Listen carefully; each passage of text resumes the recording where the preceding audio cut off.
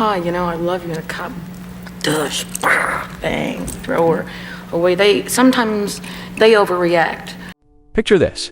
Two of the biggest rock stars of the 1960s, brought together by a producer who thought they'd be the perfect match. The king and queen of rock and roll finally meeting face to face.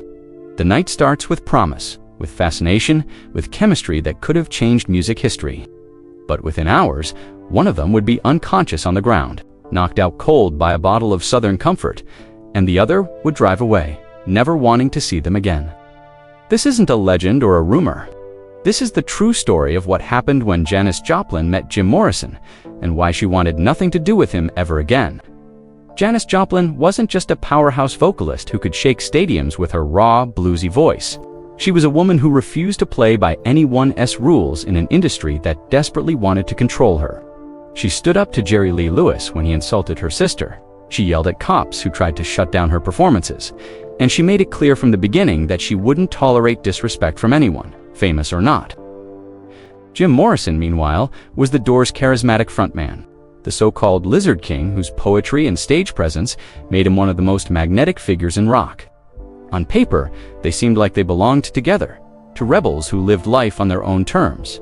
Producer Paul Rothchild certainly thought so. He'd worked with both of them and decided they needed to meet. So he arranged a party at Hidden Hills in Los Angeles. And he even asked them both to show up sober so they'd actually remember meeting each other. Surprisingly, they both did. When Janis walked in, she found Morrison calm, thoughtful, fascinating. He was captivated by her unstoppable energy, and she was intrigued by his intensity. For the first hour or so, everything seemed to be going perfectly. They talked, they laughed, and people watching thought they were witnessing something special. Then the alcohol started flowing.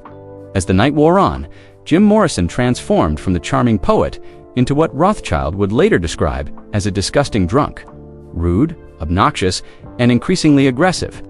Janis, who could hold her liquor and remain what friends called a charming drunk, watched Morrison deteriorate with growing disgust. He became pushy, inappropriate, refusing to take no for an answer. Every time Janis rejected his advances, he seemed to see it as a challenge, something that excited him rather than deterred him. Finally, Janis had enough. She turned to Rothchild and said she wanted to leave, and the two of them headed toward her station wagon. But Morrison wasn't done. He staggered after them into the night, following Janis to her car. As she climbed into the driver's seat, ready to escape what had become an unbearable evening, Morrison reached through the open window and grabbed her by the hair, trying to physically pull her out of the vehicle. It was a violation, an act of aggression that crossed every line. But Janis Joplin didn't freeze. She didn't plead.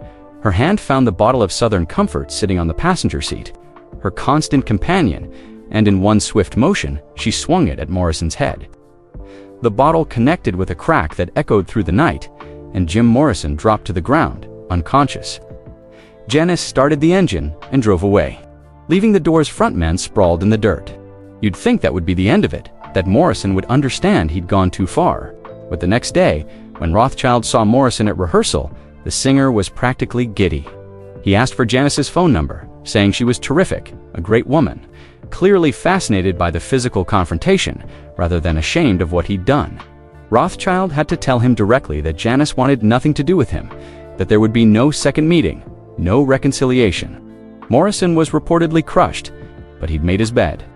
According to multiple accounts, there may have been a second incident at the Scene nightclub in New York, where Morrison allegedly pulled similar behavior during a jam session that included Jimi Hendrix. When Morrison yanked Janis's hair again without provocation, she broke another bottle over his head, this time in front of a crowd. Witnesses said Janis's hatred of Morrison was absolute, that if anyone even mentioned his name around her, she'd call him and make it clear she was done giving him chances. She wasn't interested in his childish behavior, his entitlement, or his inability to respect boundaries. The tragedy is that both Janis Joplin and Jim Morrison would die far too young. Janis in October 1970 at age 27, and Jim just 9 months later in July 1971, also 27, they never reconciled, never spoke again after that night. But the story endures as a reminder that Janis Joplin was more than a legendary voice. She was a woman who refused to be anyone's victim, who stood her ground even when facing down one of rock's biggest icons. So which part of this story shocked you most? If you enjoy these untold Hollywood stories, don't forget to subscribe to the channel. Drop your thoughts in the comments below, and we'll see you in the next one.